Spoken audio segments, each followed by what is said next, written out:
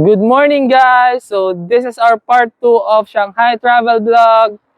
This time pupunta tayo sa mga kinakainan ng mga local. But before that, tour ko muna kayo dito sa may Shanghai.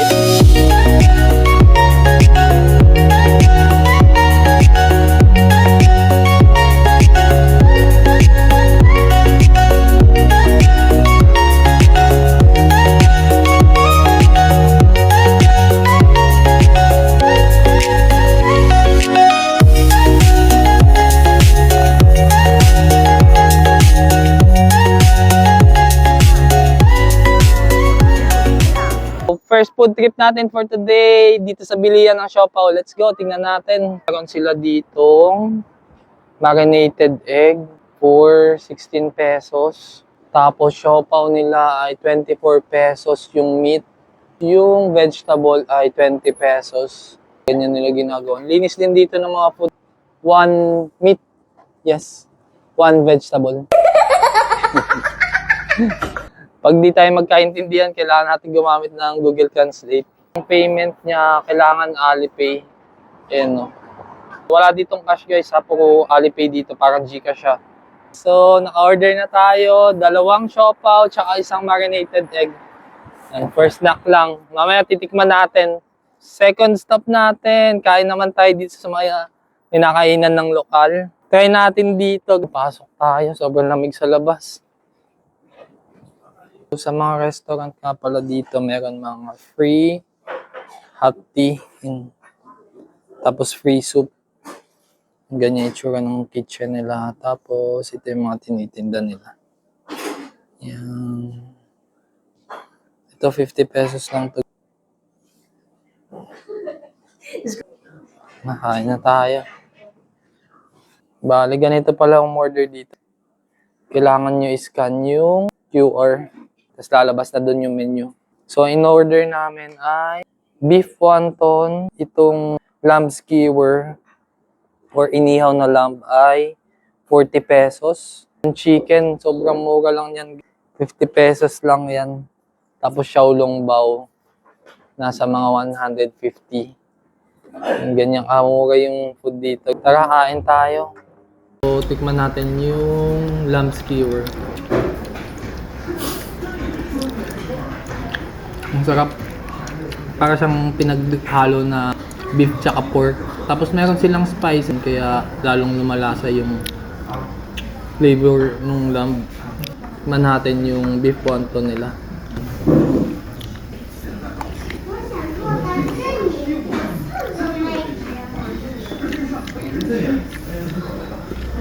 Sarap din. Hindi makapal yung balot niya tsaka lasang-lasa yung beef tsaka yung gulay sa loob. Ito ba? Yung chicken, tikman natin.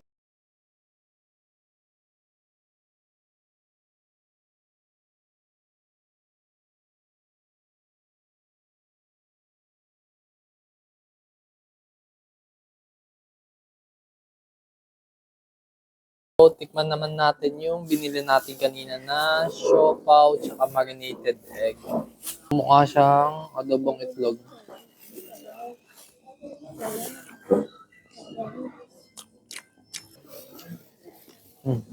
Sarap. Lasa nga ang adobong itlog. Kaya alam ko may marinate na dito eh. Tsaka ibang ingredients. Pero ang lasa niya, lasa siyang adobong itlog. Nga lang, overcook yung egg niya kasi nga matagal siya naka-marinate dun sa mainit. Pero masarap. Oh, this is 16 pesos. Ulit. Ang snack. Tignan natin yung siopaw nila. Kaya vegetable or meat.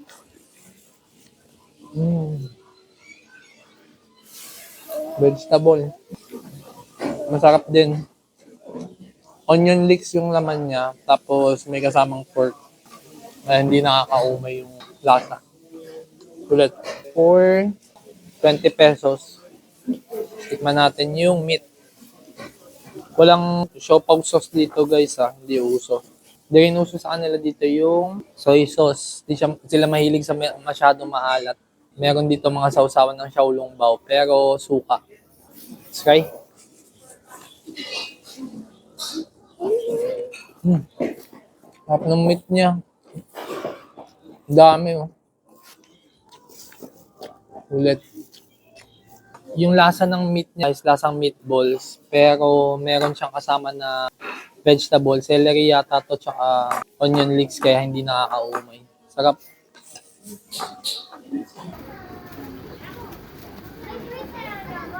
May pre-taste daw sabi ni Joseph. So you get one. Ang favorite ni Joseph, pre-taste. Mukha siyang masarap oh. Iba tong mga food dito. Malagkit na kanin tapos yung pork marinated. Ano na? Gusto mo mag-pre-taste? Oh, mili ka. Scorpion, centipede. Grabe, ang laki oh. Cricket. Yung baby scorpion, tarantula. Di talaga ako. Grabe. Yun, ang lalaki oh. Tindi. Ano, gusto mo? Libre kita. May pre-taste sila. Bigyan mo ako ng 1,000 pag kumain ako Ano gusto mo dyan? Bigyan mo ako ng 1,000. Ano nga gusto mo dyan? Okay, yung centipede kainin mo. Kaya? Ayaw ko. Ayaw mo pala eh.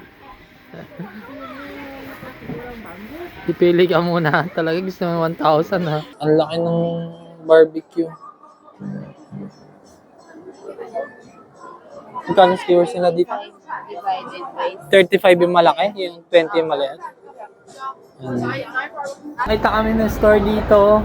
Puro duck yung tinitindan. Ayan o. Duck head, duck gizzard, neck, duck feet. So, puso yata to ng duck. Ayan, tikman muna natin yung duck feet. 5 yuan. Nasa 40 pesos ito. Feet. On order. This one? Yeah.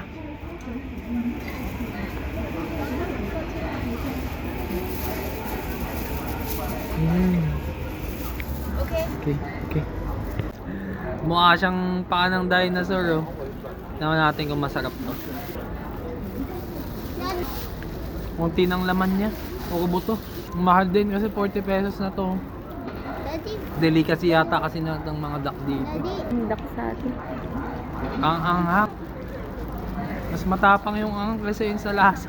Pero parang siyang Adidas tapos sobrang anghang.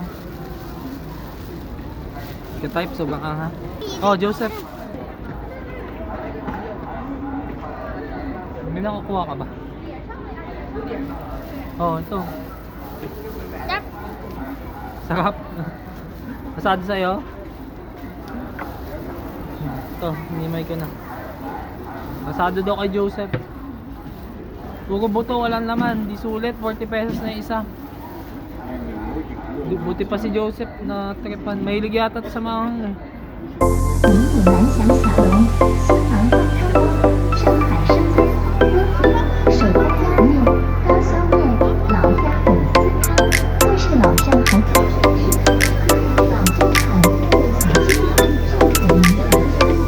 中海小精灵做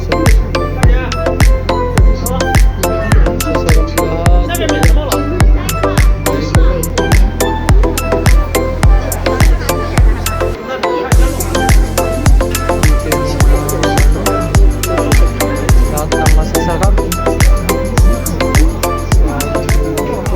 Andito tayo ngayon sa Shanghai Specialist Food. Michelin recommended siya. Try natin yung mga food nila. Bali, ang order namin ay Shaoxing, stinky tofu, tsaka pepper pork pie. Mukha siyang toasted siopaw. Tingnan natin kung masarap. Tikman natin yung pepper pork pie nila. Mukha siyang Jamaican patty. Yung labas niya flaky, tapos merong sesame sa taas. Bake yata siya. O go, taste mo na, mami. So, that's 120 pesos. Ano masasabi mo, ma'am? Ang init daw. Masarap yung meat. Lasang authentic. Masarap din yung texture ng bread niya. So, andito na yung stinky tofu natin. Try natin kung masarap. Ang itsura niya ganito. May soup siya, tapos fried tofu. Tapos meron siyang mga peas and onion leeks.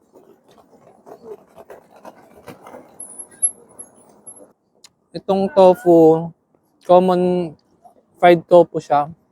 Tapos yung sabaw niya, lasang sotanghon na may mga spices. Tsaka may chili. Masarap naman siya. Lalo na pag mahilig kayo sa tofu. Sulit. Yung order naman ni Joseph.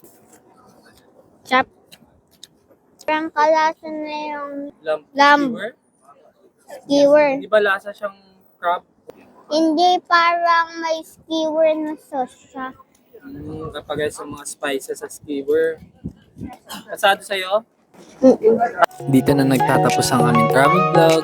Don't forget to like and subscribe. See you on our next vlog. Bye!